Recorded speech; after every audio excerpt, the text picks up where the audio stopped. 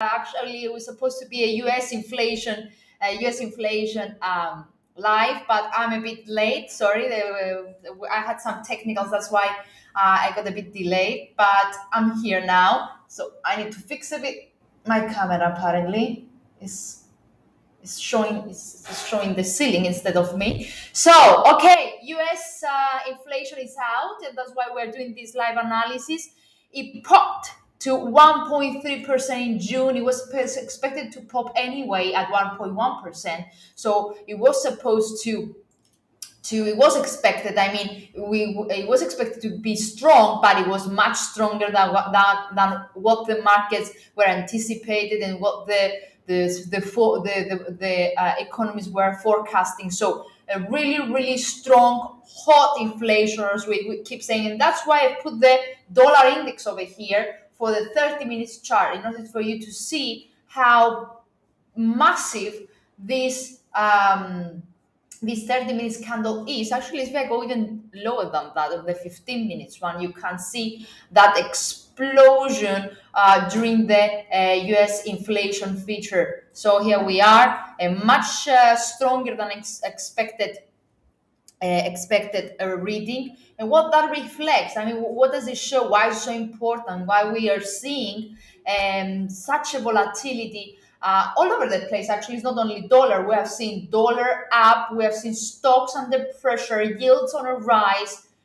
Guys, everything has to do with what the data reflect, what they represent, and how they can be interpreted.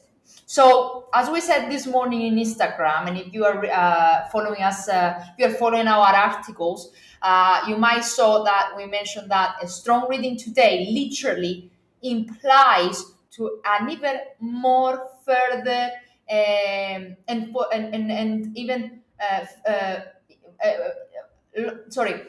further aggressive rate hike from the Fed. So pretty much what today's hot inflation in US presented is actually confirmed that the Fed needs to go to 75 points rate hike next month and should continue this tightening at a faster pace as possible in order to manage to control the inflation sooner than later. So what we are getting from this reading today, actually, let me share also the calendar, as I tend to do usually. So here are the data. 9.1, that's the yearly basis one, is the headline, as we say. It was expected at 8.8, so it beat expectations, is 0.5% higher than the previous month, than May. The same stands for the monthly reading. We can see the non-seasonal adjusted reading also higher. So a very strong inflation figure that clearly, what does it show? It shows pretty much that what the Fed did so far didn't manage to control inflation. So they need to act even more aggressive than before, apparently, or I don't know, to find out to alert more tools in order to control inflation. And that's something that is adding to the volatility of the market, but also adds to the worries that in regards to the recession, to the stagflation fear as well. Let's not forget that.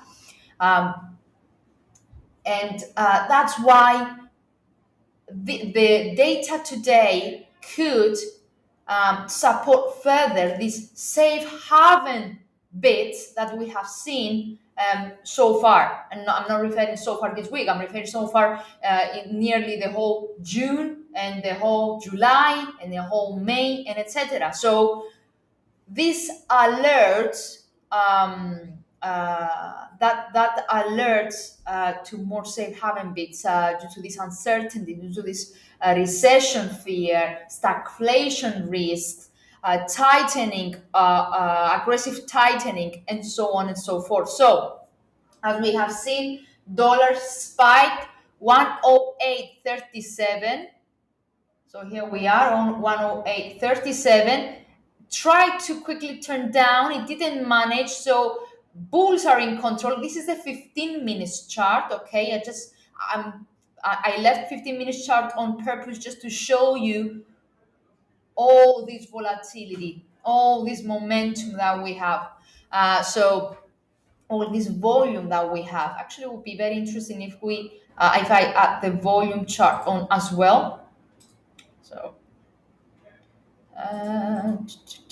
yeah, so spike, obviously over here. So uh, just to go through a bit the breakdown of the inflation before we scan the markets, before we scan the charts. Um, so the breakdown of the report indicated such it presents actually that first of all, this is the biggest gain that we have seen since September 2005, and it is also the biggest since June 2021. Okay, so what the components of the inflation show is that other than the fact, sorry, that as I said, this is adding to the recession fear. It's also showing that another key reason for the higher inflation, actually a significant reason for the higher inflation, is the energy prices. So energy prices climbed another 77.5% um, uh, in June.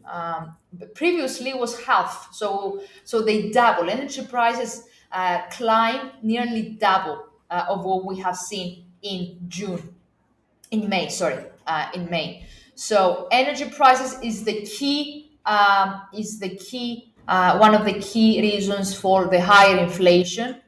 Housing costs also are up, as I can see over here. Also food prices also higher, transportation costs also higher, obviously due to the energy prices as well. Medical care the same. So all the components of the inflation have presented a rise. Nothing really presented a decline, but major component, the major responsible factor for higher inflation is the energy. So we're actually we said that we are in an energy crisis, and this is becoming real day after day. So that's in regards to inflation. Anything you want to ask, let me know. By the way, I can see that there is a lot of attendance right now. um, yes, it's not good, Irene. You're absolutely right. High inflation is not good, especially for us, right, guys? I mean, higher living costs and etc. So RF wants gold. Rudy wants gold. US pairs falling, as Samuel said. Indeed, it's all about the dollar, I'm afraid. It's all about the dollar. So where we're standing right now, okay, that was obviously a massive 15 minutes candle, spike to 108.40. So if I'm not mistaken, that's a break of the previous high. Actually, let me double check. So let me double check. That's high 108.39, and of today we had. Let me confirm. Come on.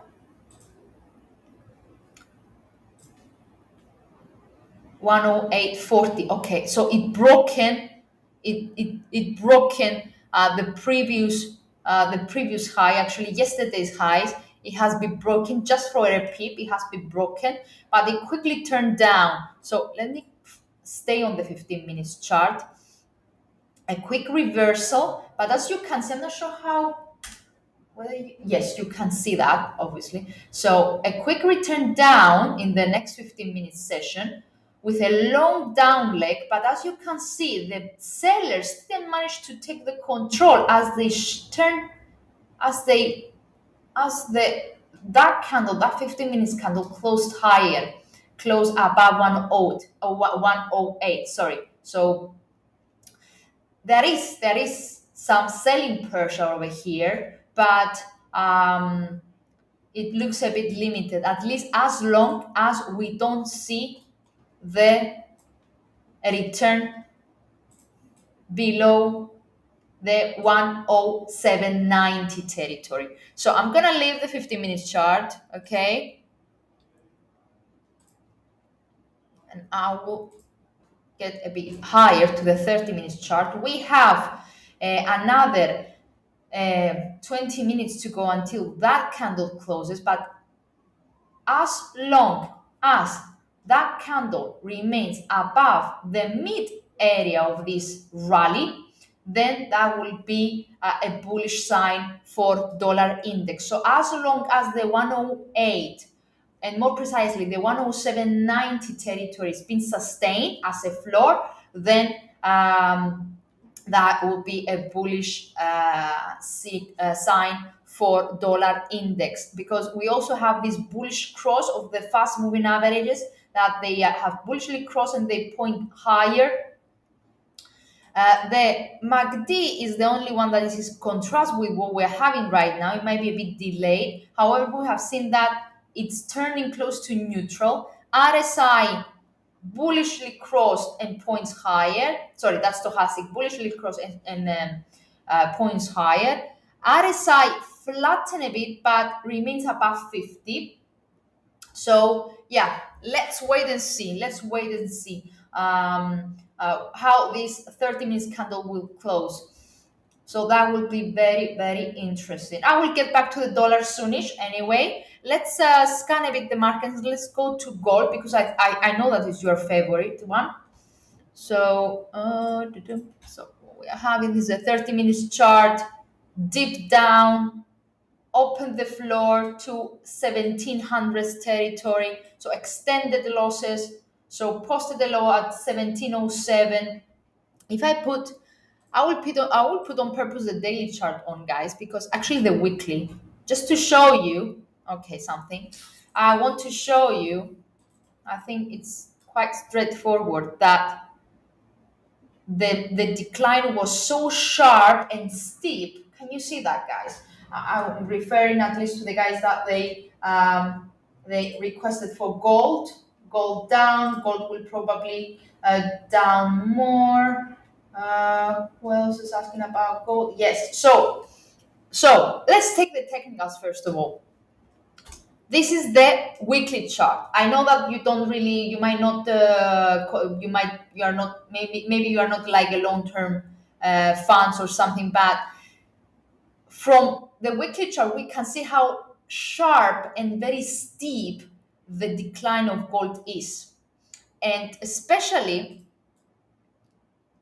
can see that other than this March and April declines, the correction that we saw on May, and the refreshment, the resumption of decline in June and July. Last week's candle was a fully bear, a big one, very strong bearish one, closing outside Bollingers and opened really the doors to the 2020, so to 2 years lows.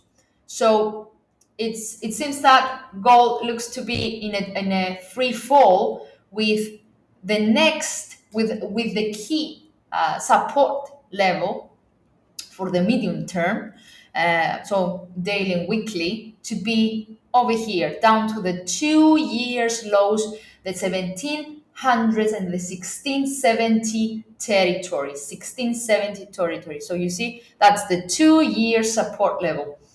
You see Bollingers have turned down, pointing and expanding southwards. The asset continues outside these Bollingers, very sharp and steep decline. MACD turned negative. RSI, okay, so stochastic is my, ignore it for now because it's my intraday setup. RSI extended lower and points further to the downside, suggesting that there is further steam to the downside. So that's the key medium-term support for gold. Intraday now, I'm gonna turn into my intraday setup. Oops, sorry. Here we are. Perfect. Let's put the 30 minutes candle on. That's it. That's on the announcement. Bottom, as we said, on the 1707 territory. Here we are. And that's my intraday indicators. You can see that MACD turned down, suggesting, actually is extending below zero, suggesting bearish bias. RSI signaled the bearish bias earlier, before even the US inflation released, and keeps pointing lower. There is a bit of a correction here, but nothing really to suggest yet that it will revert back higher. As long as we don't see a bullish cross, a confirmed bullish cross on the stochastics, then we cannot really claim for a confirmation of a rebound. RSI retested the oversold territory, turned slightly higher right now, but remains very, very close to the oversold territory. So as long as, okay, that's as long as we don't see the 30 minutes candle getting back here and closing above the 50% retracement level, then the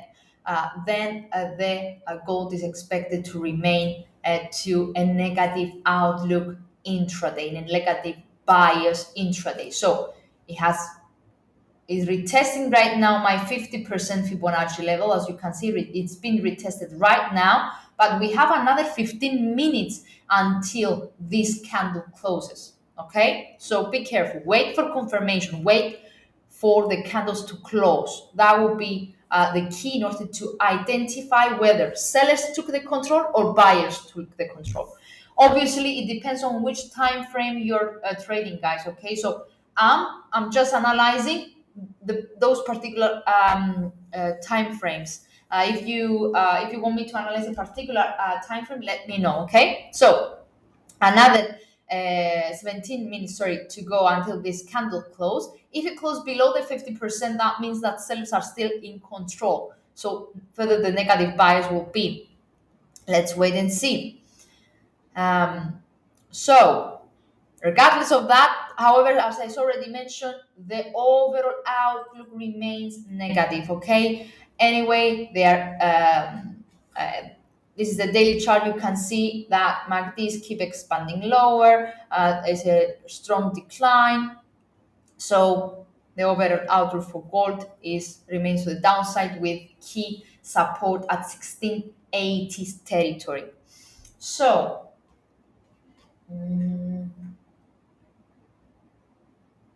everything is falling. Yeah, everything is falling. It's due to the strong. It's due to the strong dollar, apparently. So, and that was the case. That was the case the whole week, nearly the whole week. So euro dollar parity, yes. Okay, so euro dollar and parity has been the theme.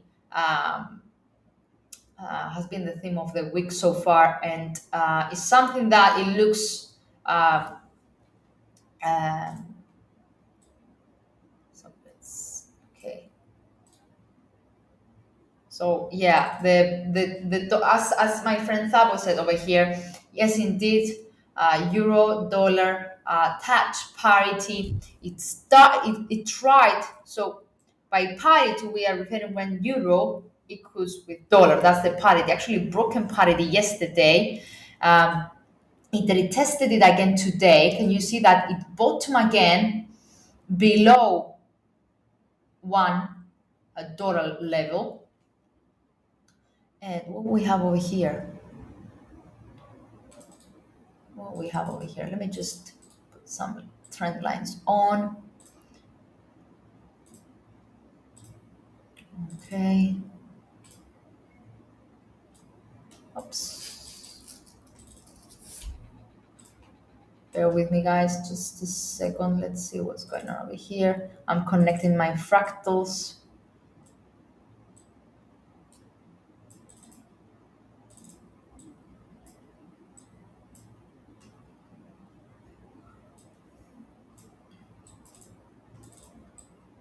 Okay. Oops. Okay. Okay. So turn down. Let's put the 30 minutes chart. Okay. Down on the data, trying to recover some losses, but we had a bearish cross of fast moving averages over here. So we need to wait and see. But what we are having, okay. MACD is close to neutral but sustains a move above zero. Stochastic turn lower, then they keep pointing lower. RSI is a bit mixed. Is flirting with the 50 level, with the neutral level, so but hasn't really broken it yet. I'm not sure whether you can see that. Maybe if I just shift that further. No, let me just try.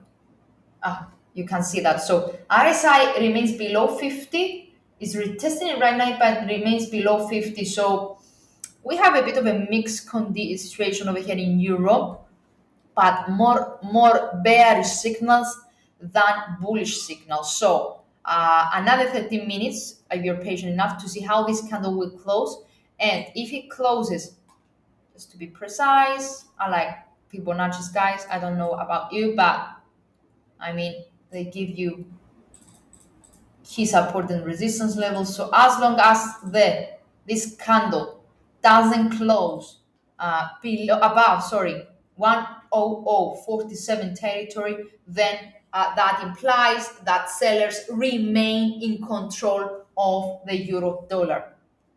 And of course, it will be very interesting to see whether that bearish cross of my fast moving average will continue to point lower. That will be a sign of further pressure on euro dollar. Someone mentioned dollar yen. So you can understand that there is a lot of volatility right now, a lot of fear, a lot of uncertainty. So we are doing this analysis the time of a huge volatility. But as we keep saying, is sometimes it's better to wait for the market to calm down a bit in order to be able to identify clearly some trends, momentum, and etc. Okay, but always identify your support resistance levels. That will help you to take decision, take a wise trading decision. So that's why I put in these trend lines on my support, my resistance levels, and etc. So someone mentioned dollar yen. What do you think about cable? Okay, sorry, cable. Okay, cable. Actually, the volatility that we are seeing right now in the whole market is something that we're gonna see in pound as well. So, but in general, since you're asking about cable, dear Ferrani. So the the cable, like nearly all of the dollar crosses, is been driven by the strong dollar, but also by the fear. Actually, not the fear. The recession in the UK economy. Something that adds further pressure in the outlook, in the overall outlook for pound, for cable, is the political turmoil, but also the Mr. Bali's comments yesterday. So Mr. Bali said yesterday that the inflation is expected to be controlled next year, not even this year. So it's like we're saying that regardless of how fast we try and how aggressive we try to increase rates,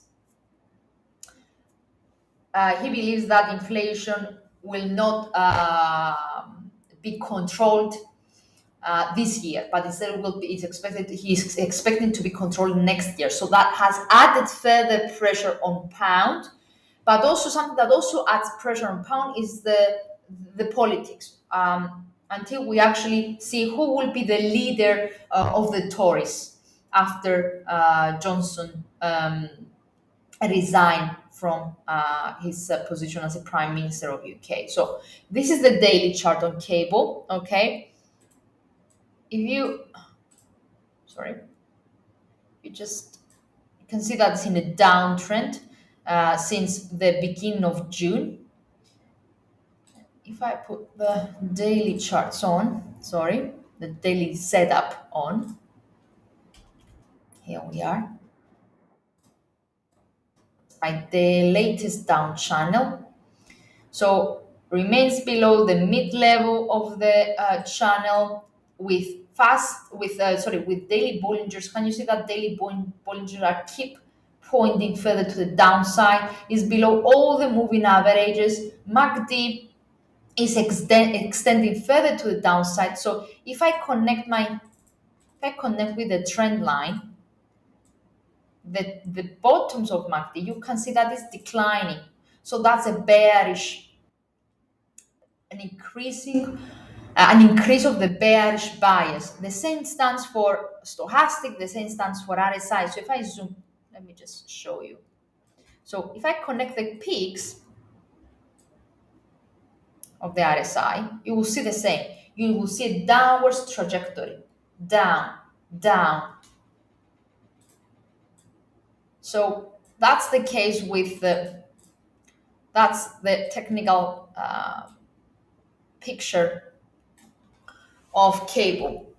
The outlook is overall negative from the fundamental perspective and technical perspective. So actually, if I just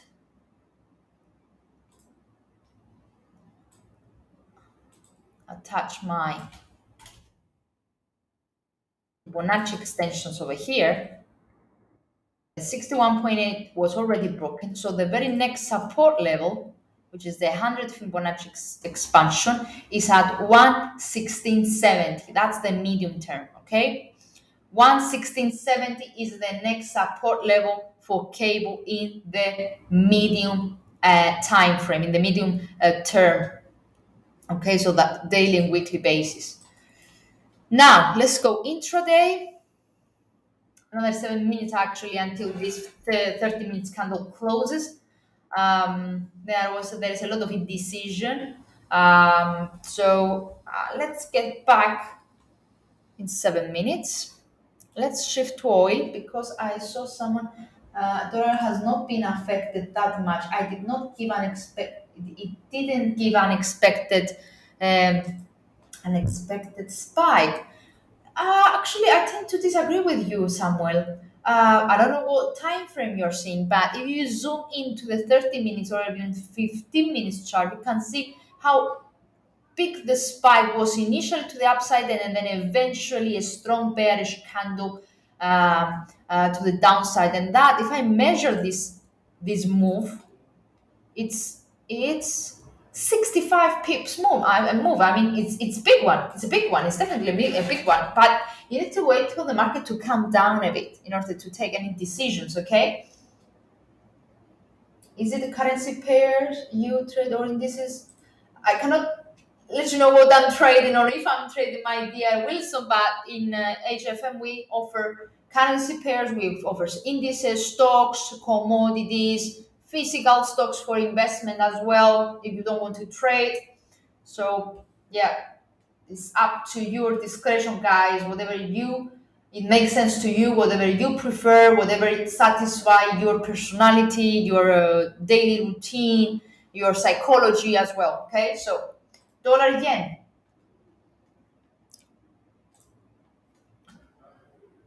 Okay, so big boost higher without any fluctuation. Actually, let's see the 30 minutes candle. Yeah, that's the 30 minutes candle. So you see, in contrast with the other currency pairs, dollar yen was the only one that it didn't have any tail lower. It's only up. So why is that? Because it's a safe haven asset. So because of this strong, hot inflation figure, we have seen some safe haven bids, and that's why dollar again spiked and posted another new high at 137.70. So if I put the daily picture on, you can see that it's keep rising. So after that correction yesterday, it appreciated again, it supported again, breaking Monday's highs and turning to the upside again. Anyway, the overall outlook of dollar yen remains strong. So let me get rid of all these lines. And see that it's an asset that a strong rally for nearly more than a year now, actually more than a year now.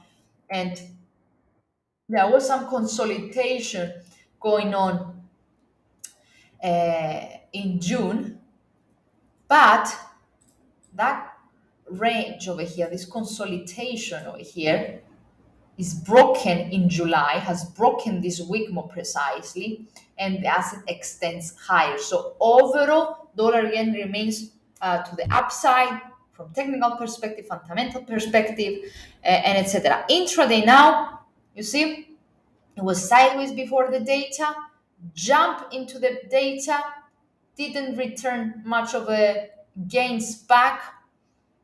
We still have 3 minutes to go. Let me get to the 30 minutes chart, and you see, if I connect the okay, you see that if this is a 15 minutes candle, guys, okay?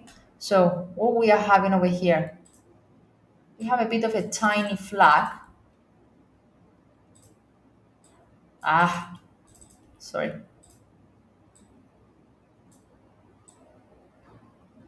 So I connect the lows. I connect the, I connect the highs, I connect the lows. Let me get rid of the,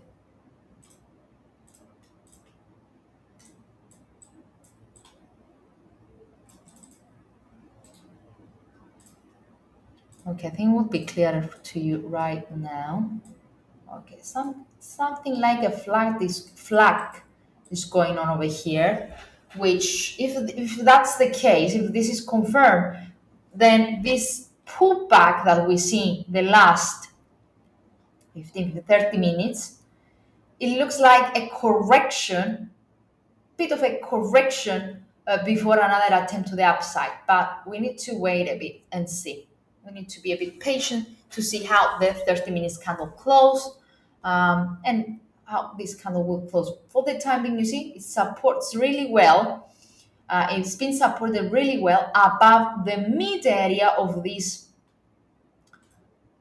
massive candle. So the mid area of this massive candle is at,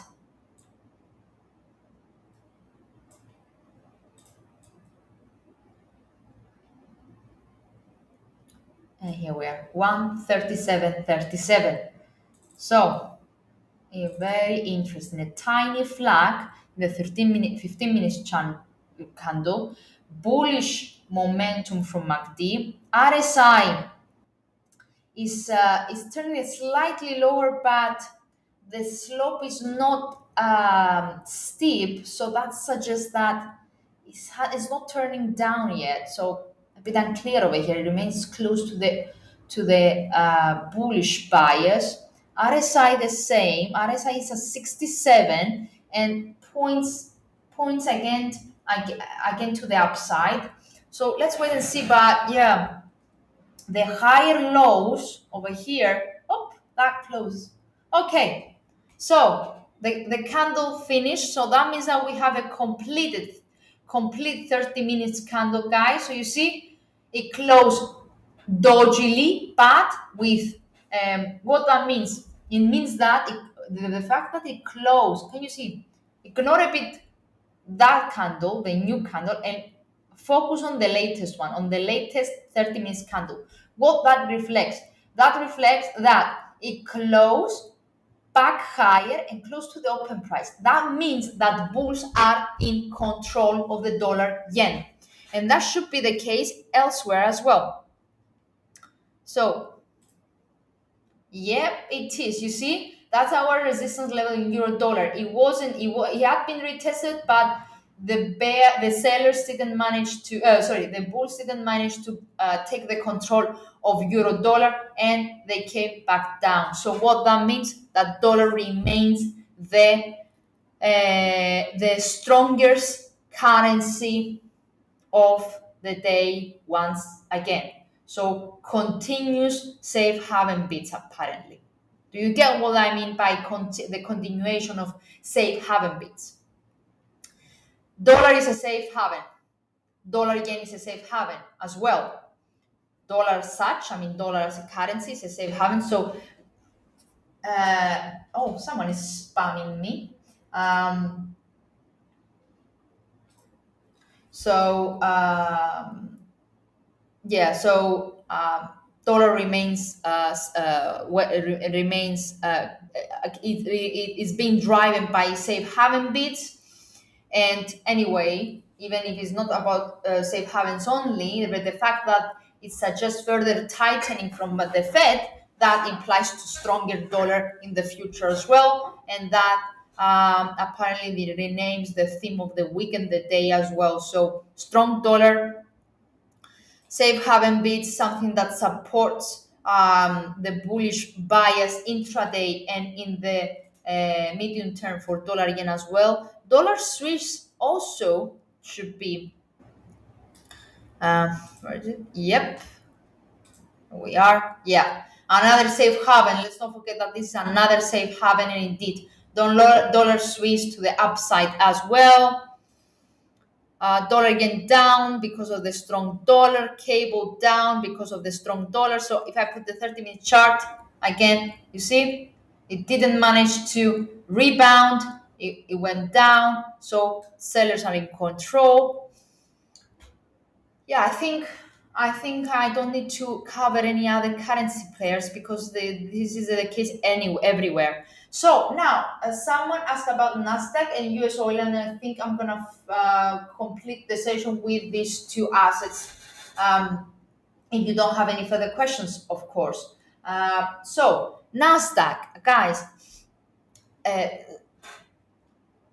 Nasdaq, like all the US major indices and in general the stock market in general, are in a bearish market intraday, but in the long term as well.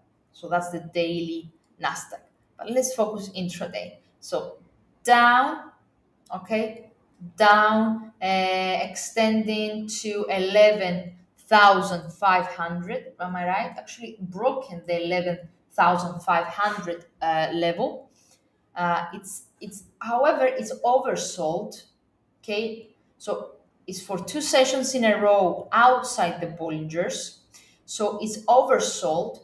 We might see a bit of a consolidation because it's oversold, but the overall picture remains bearish. You can see the MACD bearishly crossed the signal line. Below there's a signal line. RSI extending lower and pointing further to the downside. And there is further area to be covered to the downside. RSI is oversold as well. So we might see a bit of a consolidation, but the overall outlook for Nasdaq remains bearish.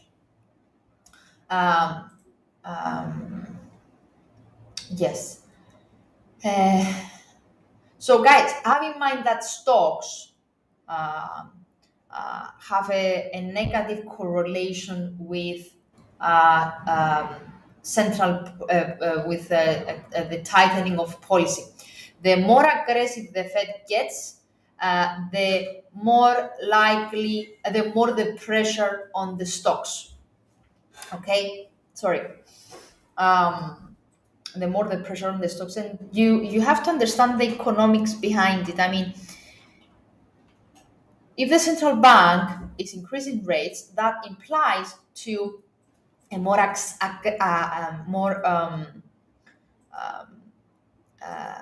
more more expensive currency, right? That's why we have seen dollar of bit. But on the other side, that means higher expenses for companies, for big companies, and also the higher inflation implies that people they don't have the money to spend in. They don't have the same amount of money to spend now for goods and services, so they spend only for the necessities. Okay, that has an impact on the consumer consumption. Okay, and since the consumer consumption declines, that impacts all the big companies, the companies in general, that the industrial sector, the manufacturing sector, the tourist sector, uh, the companies in general, and their performance and their revenue. So that is why there is an inverse correlation between tightening of policy and stocks, corporates, equity markets in general. Yeah, so down 11,481 was the latest low that we got. Sorry, it's a bit oversold, however, so we might see a bit of a consolidation, but overall is under pressure. So the next support level for the Nasdaq is the June's low territory. So 11,328. That's the June's. That's the latest down fractal, and then if that is broken, then we might see the asset retesting the year's low at 11,067 area. So should be somewhere here. 67. Okay, I cannot put it precisely, but yeah, if 11,328 broken, then the next floor is this one, is the June's floor, is the year's floor for Nasdaq. What else is going on over here? Oil. Sorry, I forgot oil. My bad. So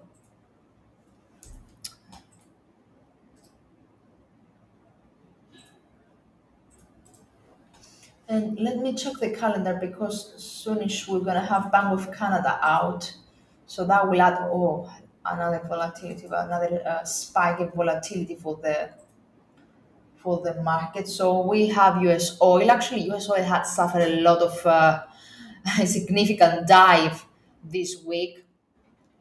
Do you remember these lines that we had? Actually, I'm gonna get rid of that one and that one. Okay, here we are.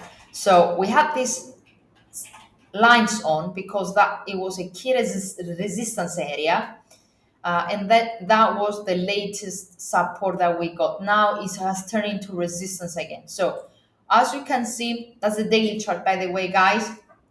The oil fell by more than 7% yesterday. That's why we had this fully bearish candle without no tail, so full bearish candle, implying to further pressure on US oil. Um, so the asset today didn't manage to recover any losses back and remains below 100 handle, and more precisely at 95, 96 area. So a key support level is that 200 moving average that you're seeing over here. Okay, a 93 level. So, however, it remains. Can you see? If I connect the lows, okay, of that, connect the highs over here. Let me connect the lows as well. So yeah, it's moving in a sorry. So it's in a downwards trajectory. 93, a key support level for oil, a very significant level to be seen, because other than the 200 moving average, a break of the 200 moving average will also reflect, it will also represent a break of year's bottom, of year support, of 2022 support area. And a break below that, a significant break below that, could open the doors further to the downside for oil. So it's a bit, things are a bit tricky with oil, because from the one hand, the tightening implies that the activity will be heated and the demand will be heated, and that's why the demand for energy will be heated and the activity will be heated in the globe, not only in the US. That's why this is adding pressure. The aggressive tightening is adding pressure to the oil. That's the one thing. The other negative factor is what's going on with China right now. The continuous rising, the continuous cases of rising cases of COVID. So any hint of a lockdown implies to demand pressure, so less demand for US oil. So that has a negative. This is another negative factor for oil. That could pressure further oil. But on the flip side, okay, sorry. Another negative factor is supply constraints due to the still the situation in Russia and Ukraine. I mean, we don't have any development, positive development over there. So that's adding pressure to. That's also adding pressure to the U.S. oil. So thank you very much for your nice words, TRSM. Thank you. Um, um, oh, swing trading. Okay, okay, noted. What I was saying about oil. So for the time being, the outlook since June, it has turned and been mainly driven by negative factors in oil. The only thing for the time being that could support oil, it would be OPEC. It will be if OPEC finally decide to take actions and to try to balance a bit the demand with the supply, so to detect its output, its production, in order to meet the current demand of the market. So yeah, uh, so oil remain under pressure.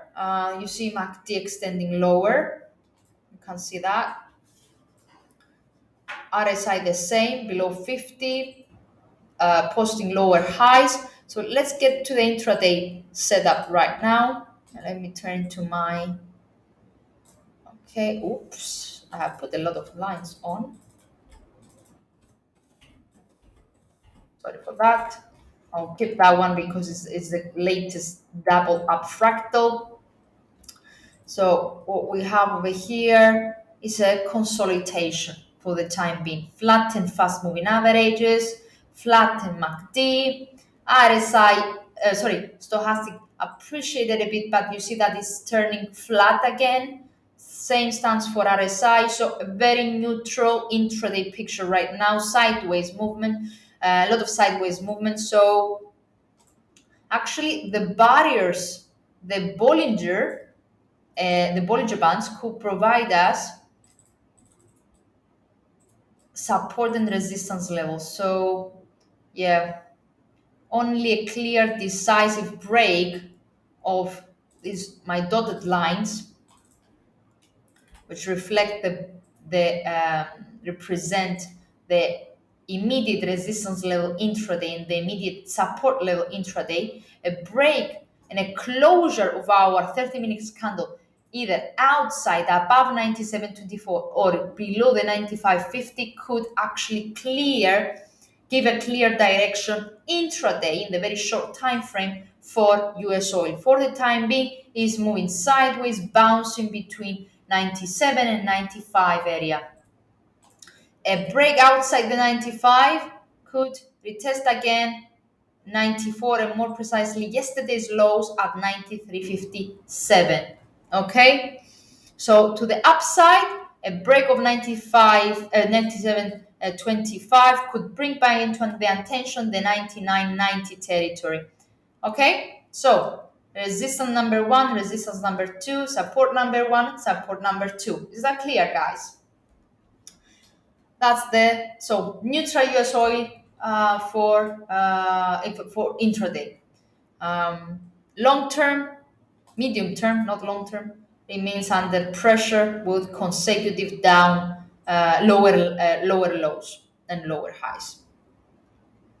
Guys, I'm gonna call it a date.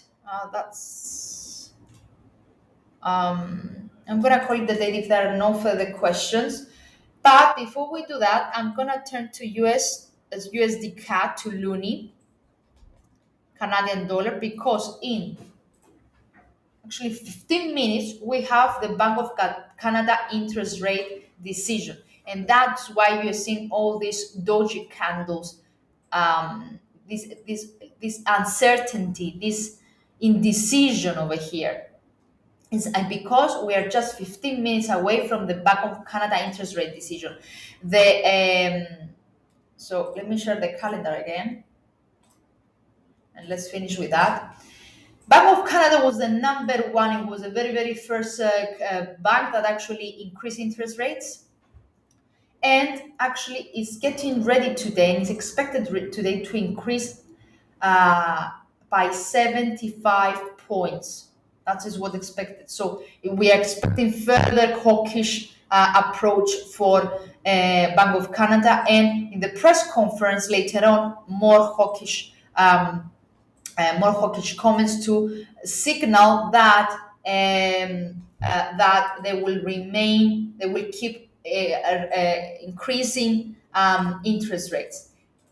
If that happens, if they indeed proceed with the 75 points, and even if they signal more, then this could support the Canadian dollar. So that means that if this happens, the USD CAD should turn down on the strong Canadian dollar. But if they surprise us and they don't signal more